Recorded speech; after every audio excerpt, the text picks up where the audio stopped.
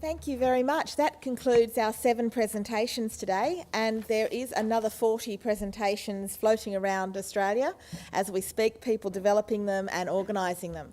This, as I mentioned at the beginning of the day, is the first research symposium, but we'll be conducting additional ones in Victoria, Queensland and Western Australia, and if there is enough momentum in New South Wales, I'm sure our network as the peak body here could also arrange another one for our membership to come along to hear the rest of the New South Wales presenters. So there is the opportunity to keep hearing and having these discussions. But at the moment, I'm assuming that a number of you possibly have questions for our presenters or our educators who are also our researchers, or some clarification you might want. And this is an opportunity to ask those questions. Pauline has the roving microphone and will do, and this is her morning exercise. She won't need to do a walk today. She's going to run around. Just as we begin, and while you're sort of gearing up and getting your breath ready to ask those questions, it would be interesting just to hear from some of the educators who have participated in this. Kath, you gave a sort of a personal perspective of how action research had impacted on you and your team, but I'm interested, how have other team members found their participation in this project? Can I just say that from this... I'll just grab a microphone for you. Yes, I could use it.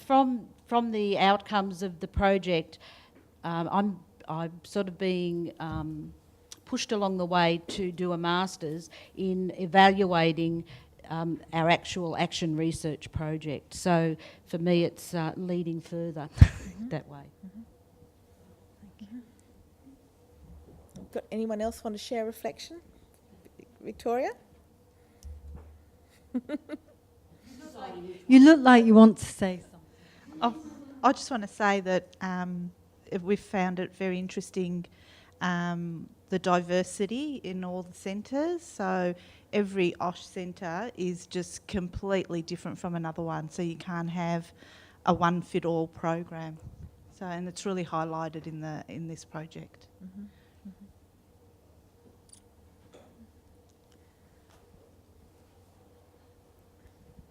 I just want to know, is there a New South Wales Director's Manual? We do have resources available, but I'm not sure if we have a one-size-fits-all director's manual for the same challenges. But I promise you we will look into it. Yeah, we will look into it. Amanda?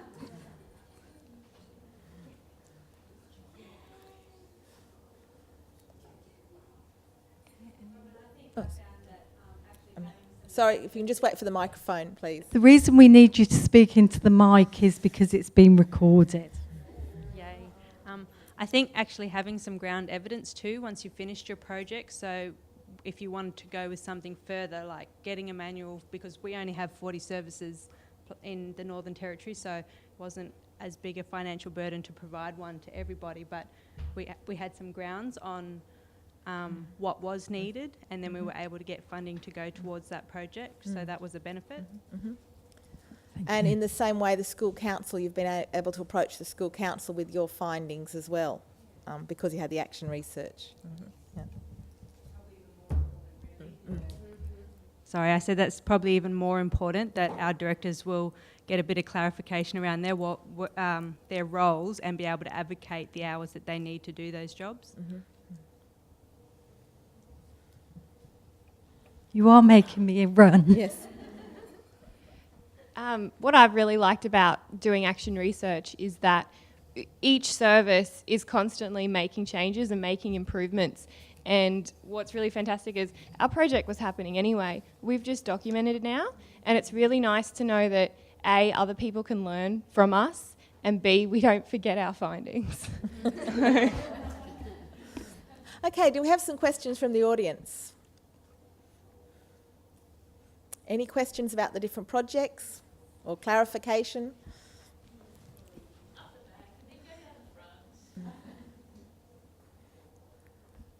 I've actually just got some questions for our colleagues in Queensland. Hello, girls. Just some specifics which I could ask you later, but while we've got question time, I was really interested to know actually the specifics of your venue, like where your venue is. I'd like to know also what cost to families it is, considering that it's run by a charity and the cost is $50,000 a year. Yeah, and what sort of ratio you have with your educators to children? Thanks.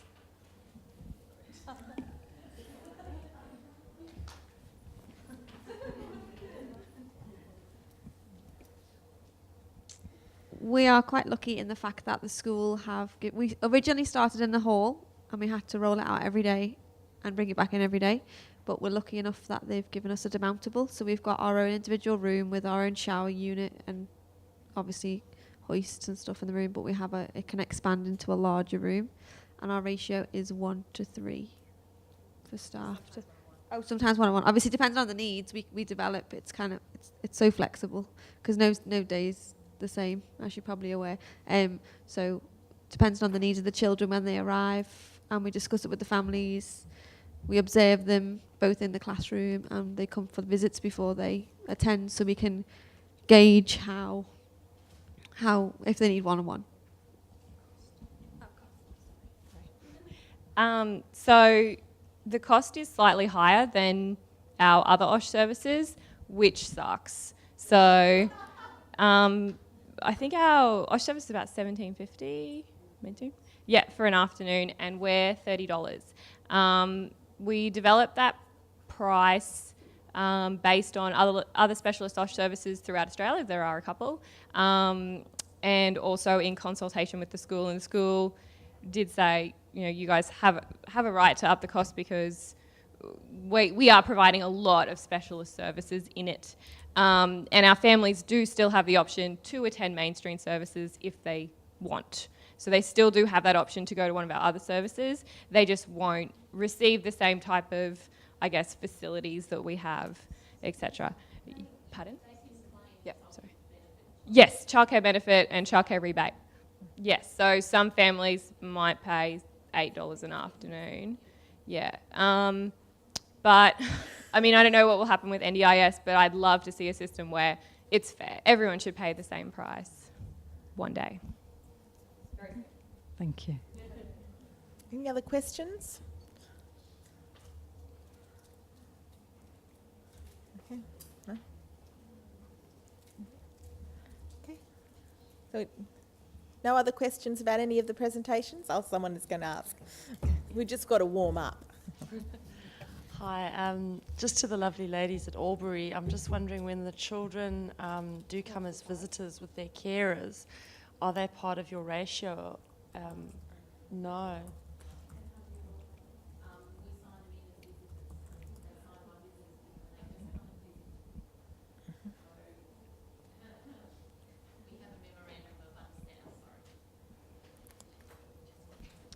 We have an informal memorandum of understanding between the Disability Service and Albury City Council. So, and I've done a risk assessment about issues that may come up, which I had to provide to the council. And so what happens is when they come one-on-one. Their carer signs in as a visitor and the child signs in as a visitor. So ultimately, we are not responsible. They have full insurance that comes with them. It's mobile for them because they do go out into the community. We also have our own. The only difficulty that we have envisaged in our risk assessment that could possibly arise is if one of the children attacks one of my other children and significantly hurts them. But look, they've got one-on-one care. Our staff are really on the ball, and really it's a risk, but the opportunity for it to happen would be very low. So we've deemed it doable. So they actually just come as visitors, and in some sense they just hang out with us. So. Okay. I think Jenny has a question. Jenny? Maybe people can think about it while this is happening, but I just wondered, the researchers that presented today, do you think that your parents were very aware of the fact that you're involved in an action research project, or your community? And do you think anything changed about how they interacted with you once they knew that you were part of this action research project?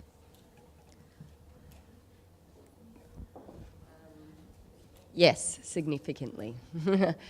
We found that as soon as we started talking about the project, parents were talking to us more and more and more, and it became a culture of not just having a discussion about your child and how they were that day, or things that were learned or artwork that was being taken home. It was more about our practice, our philosophy, how their children, what their children want and what their expectations are, what the community's expectations are. We felt that, yeah, it changed completely, yeah, significantly.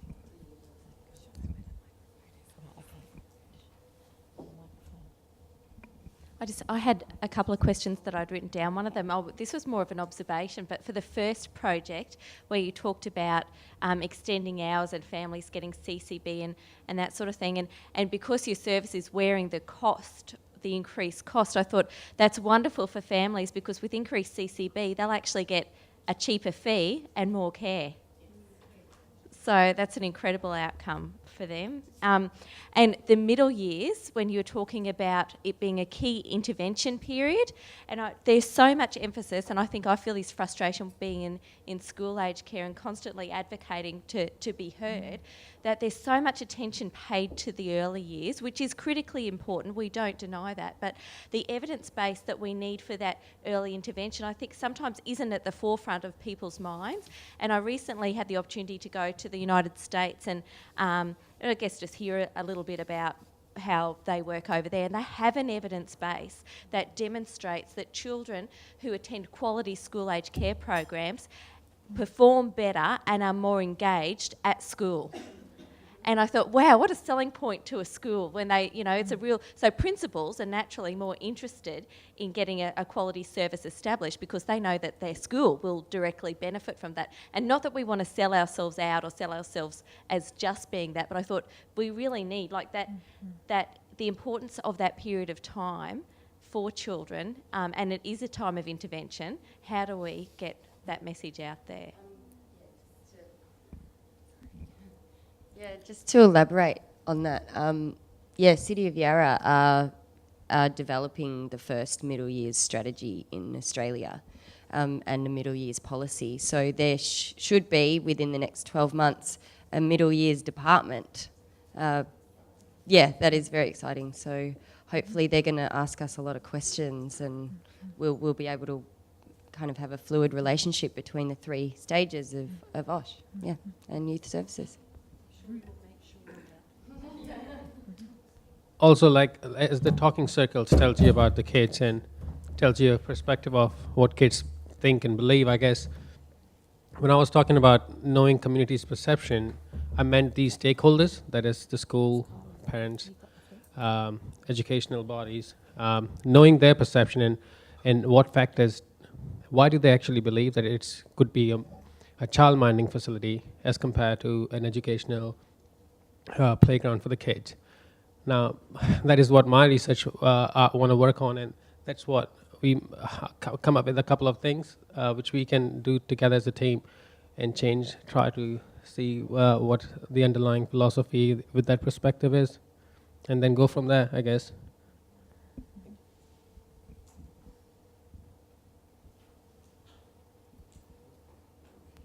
Thanks. Obviously, we need to talk afterwards. However, I was just thinking, Jenny and I did a research project last year where we asked kids what they thought in Logan and Canberra. And later on, Active Communities asked me to present the findings. And I thought, oh, well, here's a great opportunity to ask, because they had 100 educators come. It was a PD on the first day back at school. So I thought, right, I'll present my findings, but to break it up, because who wants to listen to me for an hour, I'll get them to do things. So I asked them to write down a definition of what after school care is. Like, someone's come from overseas, what would you tell them that you do? And unfortunately, I must have had, out of 100, I would have had at least 80 people tell me it was basically babysitting. And if that's, so it's not even community, it's people in the industry who are undermining. Because my whole sort of talk was after school care is a context for development. because of what you said. Think of all the things they learn. But how can we get that out there if the people who are working there think we're just here to look after kids? So, you know, Yeah. Well, Kylie, let me come to Cairns and see if that's true. A response to that?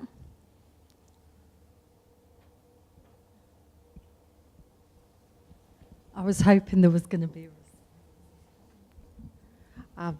Just from my experience delivering training in New South Wales and working with our educators, people who speak to me will often hear me talking about this shift that's happening in that perception of people within the sector of what they do.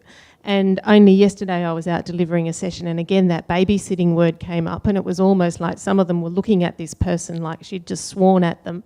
But what she'd said was, we are finding that as a process of trying to implement NQF and My Time, Our Place in particular, we're not just babysitting anymore.